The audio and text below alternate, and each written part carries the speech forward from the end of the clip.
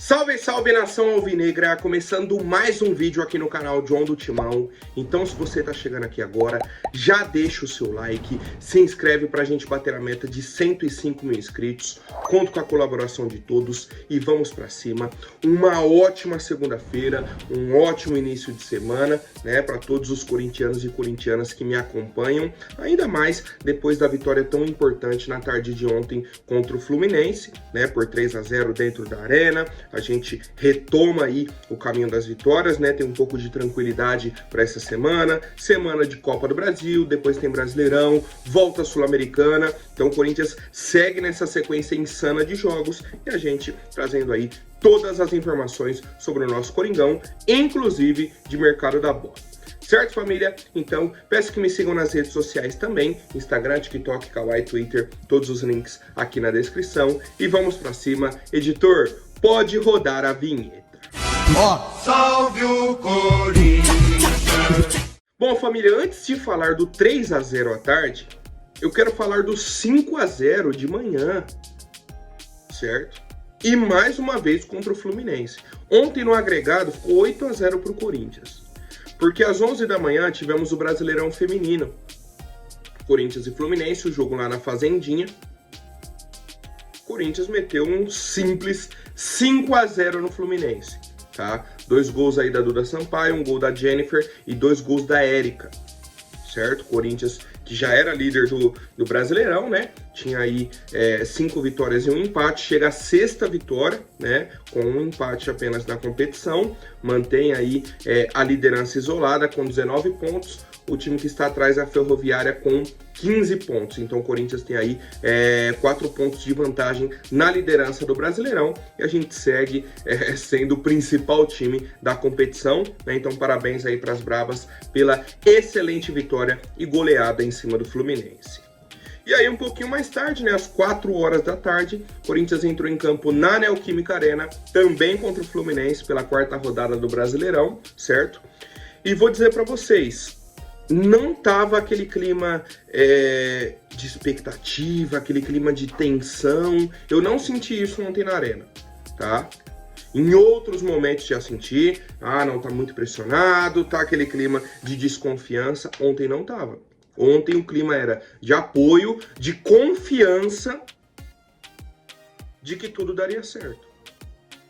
De verdade, esse era o clima ontem, essa era a sensação. E realmente isso se provou dentro de campo. Como? Com entrega, com raça, com vontade. Foi o principal ingrediente que o torcedor pôde assistir ontem dentro de campo. O time do Fluminense é um time muito qualificado, é um time que tem um estilo de jogo diferente, né, de outros clubes aqui do Brasil. São poucos times que jogam dessa forma, com essa saída de bola dentro da própria área, perto da própria área, para sair da pressão do Corinthians e jogar em vantagem. Qual que foi a questão? Se fosse o Corinthians que entrou contra o Juventude, contra o Bragantino, contra o Argentino Júnior, não teria como. Não adianta. A gente iria perder o jogo de qualquer forma. Por quê? Se você só ficar olhando o time do Fluminense, eles vão tocar a bola, vai criar chance e uma hora vai fazer gol. Qual foi a parte que diferenciou as atuações do Corinthians? A vontade, a entrega. Entrou focado. Vamos roubar a bola, vamos fazer o gol, vamos pressionar. Tivemos algumas mudanças, né, na equipe. Carlos Miguel como titular. O Kaká como titular, o Breno Bidon como titular, o Wesley como titular, Romero como centroavante titular. Tivemos o Pedro Henrique, que entrou como titular e saiu com uns 10 minutos mais ou menos, né? Sentiu um desconforto muscular, inclusive ele estava com a proteção na coxa, né? Com 10 minutos ele já sentiu, foi substituído e entrou o Mosquito. E o que foi muito positivo para o Corinthians. Tá? Não pela lesão, obviamente, do Pedro Henrique, mas porque o Mosquito, cara, se entregou totalmente dentro do jogo. Primeiro gol do Corinthians sai de uma roubada de bola do Mosquito. Ele vem, dá um carrinho no Martinelli para tentar bloquear a bola, né? Um carrinho limpo. O Martinelli dá o passe no Germancano, na frente da área do Fluminense. Sabe quem veio buscar a bola? O Germancano, centroavante deles. Por quê? Porque a bola não estava chegando lá. O time do Corinthians estava marcando certinho. Aí o cara vai ficando impaciente, vem para receber a bola. Primeiro dentro da área, que ele errou, e o Gustavo Mosquito perdeu o gol dentro da área.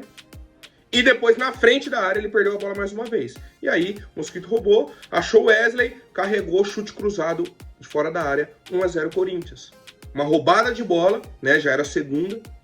E o Corinthians abre o placar. Isso que a gente, depois da roubada de bola do Mosquito, veio o escanteio, né? A gente cobrou e o Félix Torres cabeceou a bola na trave.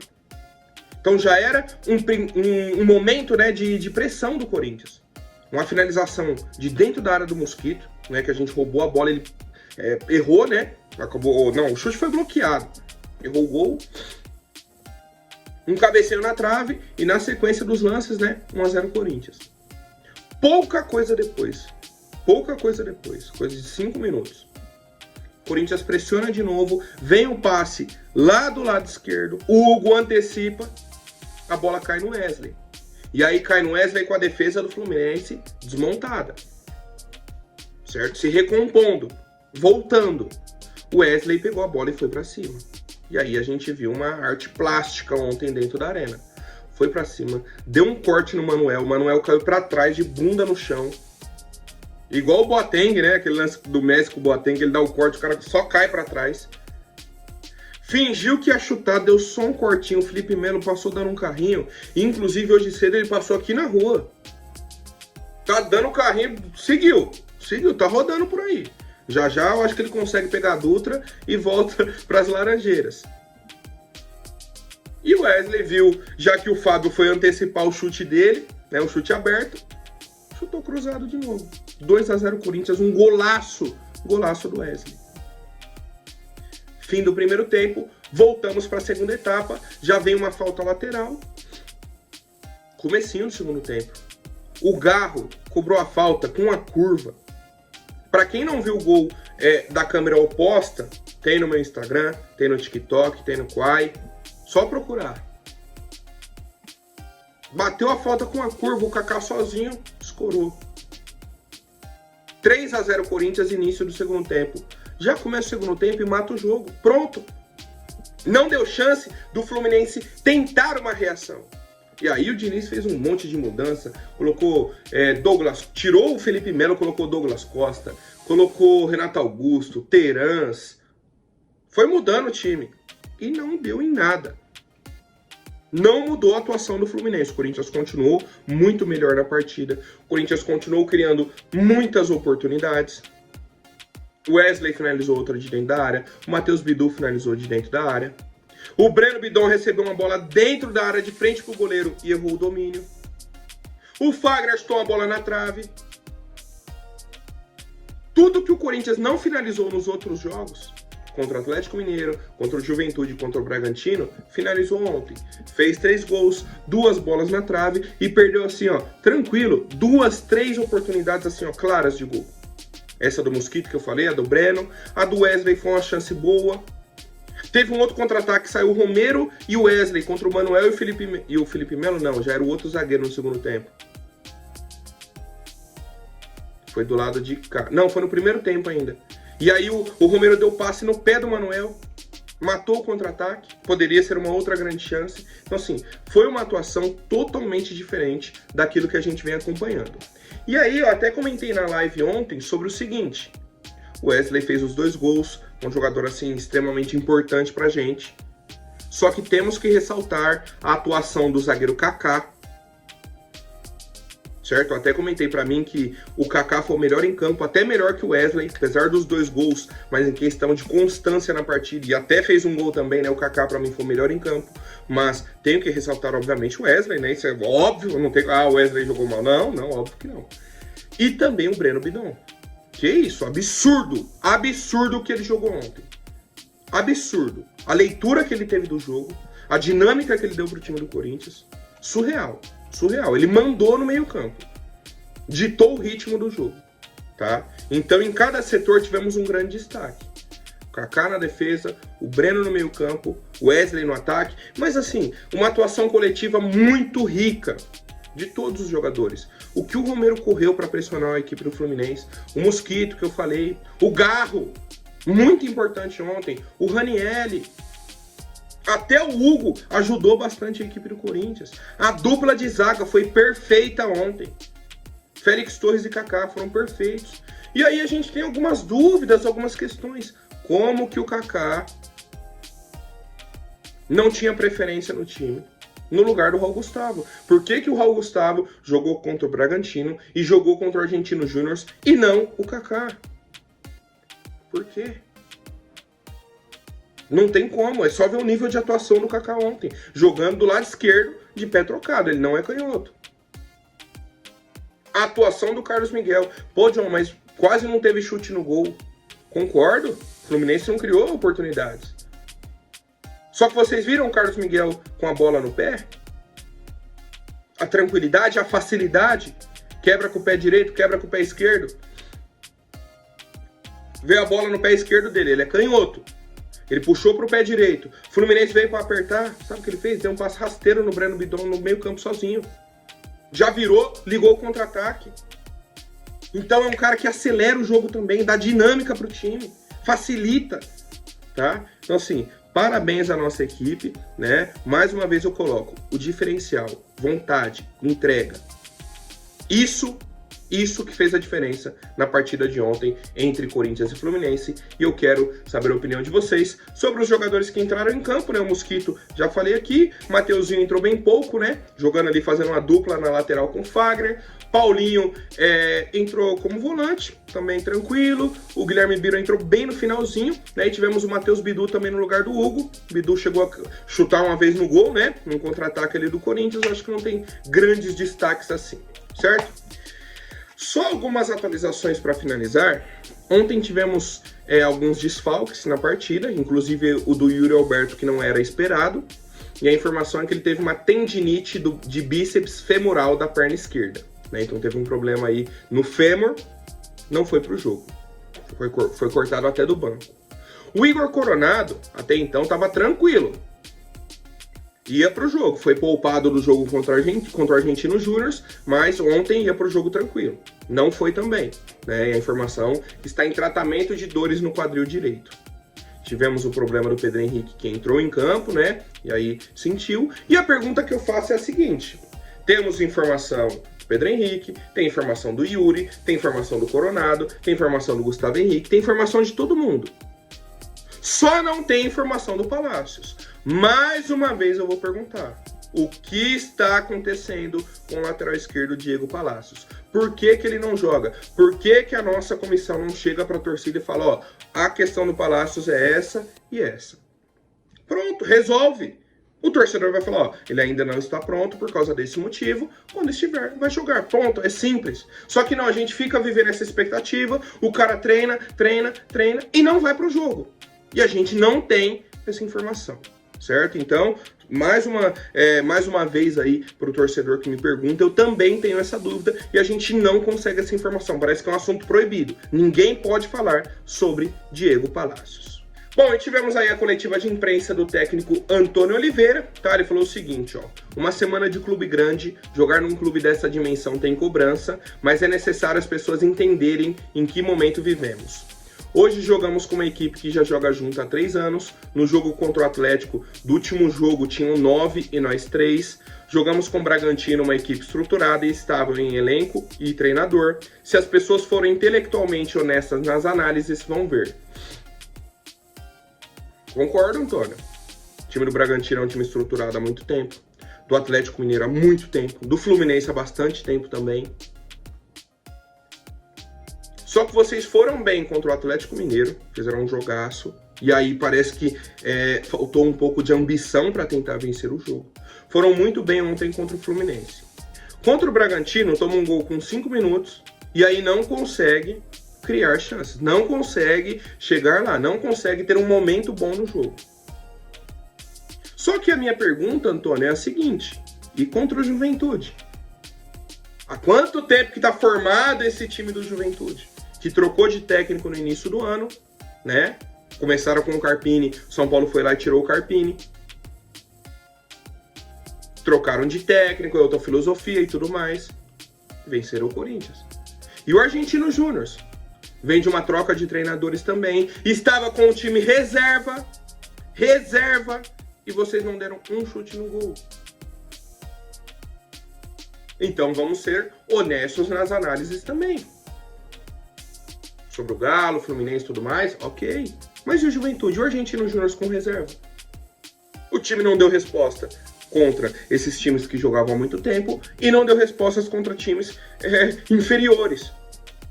Aí ontem, com a vontade absurda, com a entrega absurda, vocês viram do que são capazes. E é isso que irrita o torcedor, porque a gente sabe que o time não é horrível do jeito que vinha jogando. Era impossível o time do Corinthians ser aquilo que a gente estava vendo. Não é o melhor time do mundo, mas também não é o pior. O que a gente pede? Entrega, vontade, dedicação. É muito simples, tá? Muito simples o pedido do torcedor. E eu quero a opinião de todo mundo aqui que me acompanha, né? Como eu disse aí, fica o convite para quem não viu os gols do outro ângulo, né? Do lado da arquibancada, do lado oposto. Os 2 gols do Wesley, né? E também o gol do Kaká. Bom, família, algumas atualizações agora de mercado da bola, situação aí de bastidores. Hoje à noite, né, a partir das 20 horas, teremos aí a reunião do Conselho Deliberativo para a votação das contas, né, de 2023 do Corinthians, certo? O último ano aí da gestão do William Monteiro Alves. Fecharam aí o balanço financeiro do ano passado e aí vai para a votação do Conselho Deliberativo para ver se vai ser avaliado ou não, certo? Então a gente segue acompanhando. Amanhã trago essas atualizações para vocês com aprovação, com a reprovação, o que acontece agora, tá? Só para o torcedor saber em qual momento que a gente vive nos bastidores do clube. Bom, família, agora falando sobre o mercado da bola, tá? A primeira atualização é sobre a questão do Wesley, né? Na última semana ele recebeu uma proposta de 15 milhões de euros do West Ham, né? Da Inglaterra e tudo mais. O Corinthians recusou a proposta. A questão é, ontem, o West Ham já subiu essa proposta. Seria 15 milhões de euros fixos, mais 3 milhões de euros em metas a serem atingidas. Então poderia chegar aí a um valor de 18 milhões de euros, quase 100 milhões de reais, vai dar 98 e alguma coisa. A questão é, para mim é pouco, certo? A gente teve uma conversa aí de que poderia chegar até 25 milhões de euros, aí para mim seria positivo, né? Desse valor para mais. Tá? Então assim, ainda mais depois da atuação de ontem, dá uma valorizada no jogador e tal, tá? Então o Corinthians eu acho que pode forçar um pouco a barra nessa negociação. O West Ham, como foi o primeiro a chegar aqui, quer negociar rápido para fechar, tá? Então o Corinthians, nesse momento, eu acho que não deveria negociar com o West Ham nesses valores, tá? Não acho. Mas eu quero saber a opinião de vocês e, como eu disse, com a atuação de ontem, dá uma valorizada, o cara cresce o nome na imprensa, fez um golaço que o gol gira o mundo, né? Todo mundo vê o gol, pelo lance plástico, pelos cortes e tudo mais, né? Os jogadores ficaram no chão. Então, assim, teve uma importância bacana e mais, tem que ter uma sequência. Uma sequência como titular, uma sequência jogando bem e, com certeza, ele vai seguir ajudando a equipe do Corinthians. Bom, família, agora rapidinho antes da última notícia, vou pedir para quem não for inscrito, se inscreva aí embaixo e já deixem um like para fortalecer. Ontem, né, foi divulgado aí, principalmente pelo pessoal do meu timão, que o Corinthians está interessado, inclusive fez uma proposta para contratar o argentino Eric Lamela, né? É um meio-campista, surgiu, né, na verdade, na equipe do River Plate da Argentina, foi para Roma, depois jogou muito tempo no Tottenham, acho que 8 anos, se eu não me engano, e está desde 2021 no Sevilha. Né? Então tem aí 2 a 3 anos no futebol argentino, de 2011 para cá só no futebol europeu. Então ele saiu muito novo mesmo para o futebol europeu. Vale ressaltar que ele tem apenas 32 anos. E ele está desde 2011 no futebol europeu. Então ele saiu, muito jovem para lá. Certo? Na hora que bateu a idade, já foi para a Europa. A questão é, ele tem contrato com o Sevilha até o meio do ano, até o dia 30 de junho. Acabou, temporada europeia dia 30 de junho, ele tá livre no mercado. O Corinthians já fez a proposta, certo? A informação aí do Uriel Lucht, um jornalista europeu. O Corinthians fez essa proposta para que ele chegue de graça, né, ao nosso clube. Vai pagar luvas, negocia direto com o atleta e vem, tá? A proposta do Corinthians seria de 3 anos de contrato, paga as luvas e beleza. Cara, o Lamela é um cara de muita qualidade, meio armador, muito técnico mesmo. Chega para ser titular absoluto. A questão para mim é o histórico de lesões dele nas últimas temporadas. Para mim é o único ponto de reflexão, o alerta que fica sobre o jogador. Em questão de qualidade técnica, para mim não tem o que questionar. Um cara que chega aqui hoje no Brasil e sobra em qualidade. E mais, não tá com uma idade tão avançada, não tá com 35, 36, 37, tá com 32. Então, assim, em alto nível pode jogar ali de 2, 3 temporadas, que é a média de contrato que o Corinthians fez. Então, assim, acho que é um caminho muito bacana que a diretoria está seguindo, né? Já está pensando nessa janela do meio do ano. E aí, deve ser, né, aquele meia de primeira linha de 1,90 m que o Augusto Melo falou no início do ano, né? Eu pesquisei até aqui, a altura dele tem 1,85 m, né? Então, arredondou 1,90 m. Um jogador alto, né, e tudo mais. E deve ser esse meia de primeira linha que o Augusto vinha procurando no início do ano e que agora realmente fez uma proposta oficial e existe a chance dele vir para o Corinthians. Quais são os pontos contrários? O Lamela ainda espera continuar na Europa, né? Ele não desistiu. Então, assim, se houver propostas de alguns clubes da Europa, ele pode balançar e falar, não, vou ficar aqui, vou seguir aqui na Europa, quem sabe mais pra frente. Mas o Corinthians já se antecipou, já apresentou a proposta, né? E agora aguarda uma resposta do meio argentino. Certo, família? Por hoje é isso. Amanhã eu volto com mais novidades sobre o nosso Coringão. Até mais, um forte abraço e vai Corinthians!